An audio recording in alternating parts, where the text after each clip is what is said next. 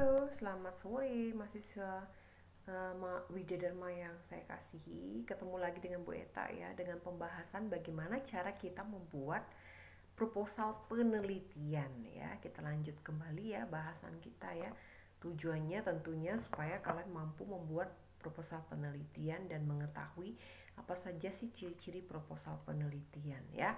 Nah, jadi proposal penelitian itu harus dirancang secara baik sesuai dengan sistematika yang dianjurkan dalam suatu perguruan tinggi. Nah, pertama yang kita akan bahas adalah apa itu proposal penelitian. Proposal penelitian itu merupakan suatu karya ilmiah ya atau scientific paper yang merupakan laporan tertulis dan dipublikasi yang memaparkan hasil yang akan memaparkan bagaimana kita nanti mau meneliti atau mengkaji apa yang telah kita lakukan ya. Kemudian dalam proposal penelitian kita harus mengajukan sesuatu yang berhubungan dengan bidang kita ya. Misalnya kalian kalau di bidang akuntansi berarti harus mengajukan proposal penelitian di bidang akuntansi kalau itu untuk digunakan untuk penulisan skripsi ya. Dan ingat dalam pengajuan judul itu maksimal 14-20 kata. Judulnya harus inovatif, harus ekspresif ya, kemudian sesuai dan tepat dengan masalah yang ditulis dan tidak membuka peluang untuk penafsiran ganda ya. Kemudian judul yang kita pilih harus membuat pembaca tertarik mengetahui isi tulisan kita. Kemudian judul yang dibuat mudah diingat dan memancing perhatian orang lain. Selain itu, usahakan dalam membuat judul tidak mengandung singkatan atau rumus ya. Nah, judul ditulis dengan menggunakan huruf kapital semuanya, itu cara satu. Cara dua, judul ditulis dengan menggunakan huruf kecil, namun setiap huruf yang mengawali suatu kata ditulis dengan huruf kapital, kecuali huruf pertama pada kata hubung ya. Kemudian yang harus kita perhatikan adalah bagaimana kita membuat susunannya. Pertama, kalau kita ingin membuat proposal penelitian harus ada bab 1 pendahuluan. Pendahuluan isinya apa? Ada latar belakang, rumusan masalah, tujuan penelitian, ruang lingkup penelitian, hipotesis ya, landasan teori, tinjauan pustaka, metodologi penelitian. Dan daftar pustaka itu adalah isi atau format yang ada di dalam proposal penelitian ya. Kemudian unsur-unsur proposal penelitian tadi ada tahapan pendahuluannya, ada tahapan landasan teorinya, ada tahapan metodologinya, kemudian baru daftar pustaka. Nah, yang pertama yang kita mau bahas adalah bab 1 pendahuluan. Pendahuluan itu berisi apa? Ada latar belakang penelitian, rumusan masalah penelitian, tujuan penelitian, manfaat penelitian, ruang lingkup penelitian, dan hipotesis. Latar belakang, apa sih isi latar belakang? Latar belakang tuh isinya adalah alasan mengapa kita memilih judul ya, alasan. Jadi di dalam judul itu kita jelaskan alasan-alasannya mengapa kita memilih judul itu. Kemudian di dalam latar belakang berisi alasan mengapa permasalahan itu perlu dibahas.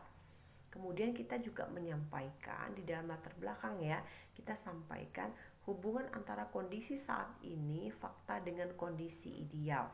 Kemudian yang terakhir di dalam latar belakang kita sampaikan pentingnya atau kontribusi utama permasalahan yang diangkat.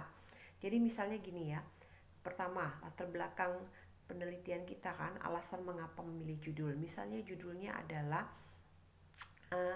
meningkatkan taraf hidup masyarakat dengan menggalakkan budaya wira swasta ya, wira swasta. Misalnya wira swasta membuat bahan pangan dari jagung.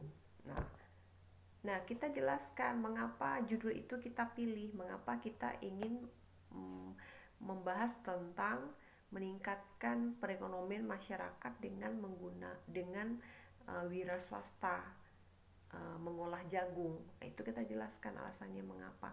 Kemudian yang kedua, kita juga jelaskan permasalahan apa yang timbul, kenapa kita sampai mau meneliti tentang meneliti tentang cara meningkatkan perekonomian masyarakat dengan berwira swasta mengolah jagung. Nah kan, kemudian di dalam latar belakang dijelaskan hubungan antara kondisi saat ini, fakta dengan kondisi ideal.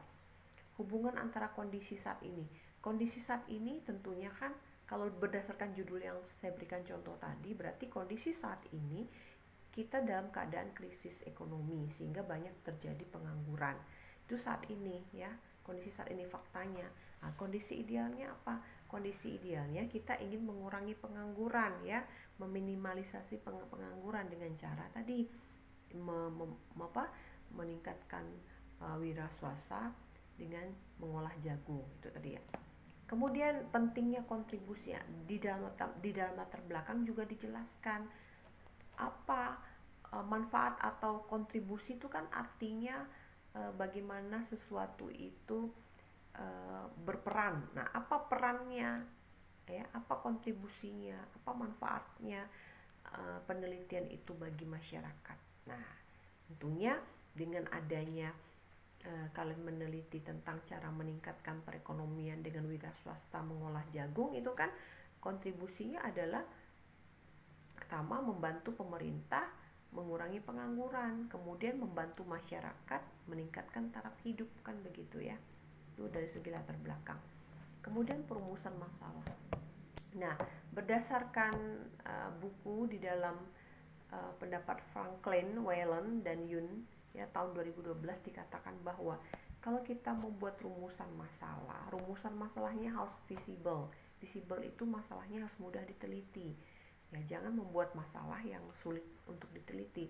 Misalnya masalahnya gini, bagaimanakah keadaan perekonomian masyarakat Indonesia dalam waktu misalnya 20 tahun. Nah, itu kan menurut saya kan tidak visible ya, sulit. Jadi jangan diteliti. Jadi cari yang visible, yang mudah diteliti. Kemudian buat penelitian yang jelas, tidak membuat penafsiran ganda. Yang jelas artinya yang mau diteliti itu apa ya. Kemudian tidak mengganggu lingkungan sosial. Jadi kita jangan meneliti yang membanding-bandingkan. Misal produk satu lebih unggul daripada produk dua. Nah, itu kan berarti tidak etis ya. Kemudian kita juga harus meneliti masalah yang sangat penting dan bermanfaat bagi masyarakat. Kalau pada saat ini apa sih yang sangat bermanfaat bagi masyarakat? Ya tadi, bagaimana kita meningkatkan ekonomi masyarakat karena di tengah pandemi COVID-19 ya. Nah, kemudian di dalam perumusan masalah yang harus kita ingat adalah perumusan masalah itu apa sih? Perumusan masalah itu adalah inti persoalan yang tersirat dalam judul penelitian. Kemudian di dalam rumusan masalah kita buat berupa pertanyaan. Kemudian pertanyaan itu kita cari jawabannya. Kemudian di dalam perumusan masalah itu terdapat hipotesis yang akan kita uji kebenarannya. Ya. Kemudian di dalam rumusan masalah hendaknya tadi jelas dan padat. Kemudian hindari yang terlalu umum ya. Terlalu umum tidak usah. Misalnya gini, bagaimana keadaan perekonomian di Indonesia itu terlalu umum. Kemudian terlalu sempit juga nggak boleh. Terlalu sempit misalnya bagaimanakah perekonomian di keluarga saya, nah itu kan terlalu sempit juga tidak boleh. Dan argumentatif juga nggak boleh ya. Jadi dia berdasarkan sesuatu yang fakta, bukan berdasarkan pendapat kita atau asumsi kita, tetapi berdasarkan fakta ya. Nah, kemudian tujuan penulisan. Nah, di dalam tujuan penulisan kita dapat menyusun tujuan penelitian dengan baik. Kita perlu perhatikan bahwa tujuan penulisan itu apa? Tujuan penulisan itu adalah suatu pernyataan tentang apa yang ingin kita pecahkan di permasalahan. Kita tuh ingin memecahkan apa di permasalahan, itu maksudnya tujuan penulisan. Kemudian bentuk dari tujuan penulisan itu adalah deklaratif dari perumusan masalah yang bersifat interrogatif ya, penjelasan ya. Deklaratif itu penjelasan. Kemudian di dalam tujuan penulisan kita nyatakan secara spesifik dan konkret ya. Nah, di dalam tujuan penelitian kita harus menggunakan kata-kata seperti tujuan, maksud, atau sasaran. Kemudian tujuan penelitian kualitatif berfokus pada satu fenomena, satu masalah. Sedangkan penelitian kuantitatif menunjukkan dua atau lebih variabel yang berrealisasi atau dapat dibandingkan ya. Kemudian Di dalam tujuan penelitian, dia menggunakan verba atau kata kerja tindakan pada penelitian, kualitatif dan kuantitatif. Kemudian, tunjukkan pada partisipan atau subjek penelitiannya ya. Kemudian dia menempatkan variabel bebas terlebih dahulu, baru diikuti variabel terikat atau juga variabel kontrol ya. Nah, pada tahapan pendahuluan kita harus menjelaskan manfaat penelitian secara eksplisit ya. Kemudian di dalam manfaat penelitian ada dua, ada manfaat teoritis dan manfaat praktis. Nah, manfaat penulisan itu apa sih maksudnya? Manfaat penulisan itu adalah kebaikan yang muncul ketika tujuan telah tercapai itu apa. Kemudian manfaat itu lebih diarahkan pada fungsinya. Jadi penelitian kita tuh fungsinya untuk apa? Nah, bisa dari segi ekonomi, bisa dari segi sosial, dan juga bisa dari segi teknologi ya. Kemudian, manfaat penulisan itu harus bisa dirasakan oleh halayak sasarannya ya. Seperti tadi, meningkatkan perekonomian masyarakat dengan swasembada, dengan wira swasta, pemanfaatan jagung. Nah, itu kan kalau kita bisa lakukan itu, berarti itu bisa dirasakan oleh halayak yang banyak gitu. Kemudian bisa untuk masyarakat, industri, dan pemerintahan ya. Jadi dalam manfaat penelitian juga harus disampaikan secara eksplisit jelas ya. Ada dua ya, ada manfaat teoritis dan ada manfaat praktis. Manfaat teoritis itu apa? Manfaat teoritis artinya penelitian yang menghasilkan sumbangan pemikiran berupa konsep, metode, atau teori. Jadi dia hanya bentuknya teori aja ya, hanya untuk sebagai bahan referensi aja ya, tambahan pengetahuan saja. Tapi kalau manfaat praktis itu mampu memberikan pertimbangan bagi legislatif, bagi hukum pidana, praktek langsung dipraktekkan. Nah, kalau bagian manfaat praktisnya itu bisa kita praktekkan langsung di lapangan. Misalnya kayak tadi itu meningkatkan perekonomian masyarakat dengan wira swasta, pengolahan jagung itu kan bisa bermanfaat secara praktis, orang bisa langsung mengolah jagung ya. Nah, itu maksudnya ya. Kemudian di dalam bab 1 pendahuluan juga ada ruang lingkup. Ruang lingkup itu berfungsi sebagai pembatasan lokasi supaya penelitian tidak melebar. Jadi dia membatasi banyaknya variabel yang akan dikaji dan membatasi subjek penelitian ya. Dan juga ada hipotesis. Biasanya hipotesis itu adalah jawaban sementara terhadap masalah yang masih bersifat praduga karena masih harus dibuktikan kebenaran. Ya, misalnya kayak ini, dengan adanya wira swasta pengolahan jagung, maka perekonomian masyarakat akan meningkat. Nah, itu kan baru praduga, jawaban sementara ya kan, belum dibuktikan. Nah, buktikan dulu bisa benar tidak, makanya harus dipraktekkan, diteliti ya. Itu baru hipotesis, itu masih berupa dugaan ya. Kemudian di dalam bab 2-nya ada telaan pustaka. Nah, landasan teori dan tinjauan pustaka. Nah, tinjauan pustaka itu apa? Tinjauan pustaka itu hasil kajian terhadap penelitian. Jadi beda ya, kalau landasan teori dia hanya menyajikan ulasan teori sebagai dasar pemecahan masalah. Jadi landasan teori itu lebih ke pengertian, itu ya ulasan teorinya.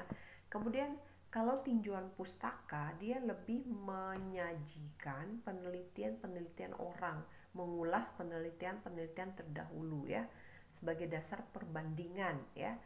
Nah, misalnya telaan pustaka tuh, tinjauan pustaka tuh misalnya hasil kajian terhadap penelitian, hasil kajian kalian terhadap laporan maupun tugas akhir orang lain yang nantinya akan dijadikan referensi bagi karya tulis Anda. Jadi tinjauan pustaka tuh lebih kepada hasil kajian terhadap penelitian, laporan maupun tugas akhir orang lain ya. Kemudian metodologi penelitian. Nah, sebelum saya lari ke metodologi penelitian, kita tahu dulu ya apa sih fungsinya telah pustaka. Jadi landasan teori, tinjauan pustaka itu merupakan hal yang penting untuk disimpan di bab 2. Untuk apa? Untuk kita memperoleh ide baru, untuk membantu kita memperoleh keterangan atau metode yang berguna dalam memecahkan masalah ya. Kemudian untuk menjadi data komparatif atau perbandingan yang berguna untuk mengadakan interpretasi hasil penelitian. Kemudian ya jelas untuk menambah ilmu pengetahuan ya, karena dari dari bab 2 landasan teori dan tinjauan pustaka itu kita jadi banyak tahu banyak hal. Kemudian di bab 3 itu adalah di bab 2 dulu, aturan telaan pustaka. Ketika kita membuat landasan teori dan tinjauan pustaka, kita harus menggunakan data terbaru ya, buku-buku terbaru, penelitian terbaru, kemudian relevan dan asli. Kita bisa lihat dari jurnal ilmiah maupun sumber lain. Kemudian kita uraikan dengan jelas ya, telaan pustaka yang menimbulkan gagasan dan mendasari kegiatan yang dilakukan. Kemudian kita harus menguraikan teori, temuan, dan bahan penelitian lain yang diperoleh dari acuan yang dijadikan landasan melakukan kegiatan. Nah, yang ditambah lagi di dalam membuat telaan pustaka, uraian dalam telaan pustaka dibawa untuk menyusun kerangka atau konsep yang akan digunakan dalam kegiatan. Kemudian telaan pustaka mengacu pada daftar pustaka ya. Nah, itu aturannya. Kemudian metodologi penelitian. Metodologi itu apa sih? Metodologi itu adalah berisi tentang metode penelitian, metode bagaimana kita menganalisis data, populasinya, sampelnya, syarat sampelnya, data, dan sumber data, serta waktu dan tempat penelitian. Itu isinya ya. Nah, itu adalah isi daripada metode penelitian. Nah, jadi ingat, metode penelitian itu kan bisa kita dapatkan dari person itu orang. Ya, misalnya kita melakukan wawancara, kita melakukan penyebaran angket, itu berarti kita meneliti ke orangnya. Kemudian paper itu misalnya buku-buku ya, berarti kita menggunakan cara literatur, kita studi literatur, baca buku-buku, dari situ kita bisa teliti juga. Flash, tempat ya, kita misalnya mengunjungi suatu tempat, melihat tempat, menganalisis tempat. Nah, itu observasi tempat, itu menggunakan tempat ya. Nah, kalau kita meneliti, kita bisa menggunakan cara misalnya pendekatan kualitatif dan kuantitatif. Kalau kualitatif lebih mengarah kepada penjabaran yang berbentuk deskriptif ya. Tidak ada hitungan-hitungan dan rumus-rumus di situ. Kalau kuantitatif dia menggunakan rumus-rumus, hitungan-hitungan ya. Kemudian metodenya bisa menggunakan metode studi kasus. Kemudian teknik penelitian yang akan diterapkan termasuk langkah-langkah apa yang akan kita tempuh ya dalam meneliti. Nah, selain itu di dalam tahap pelaksanaan penelitian ada tahap pra-penelitian.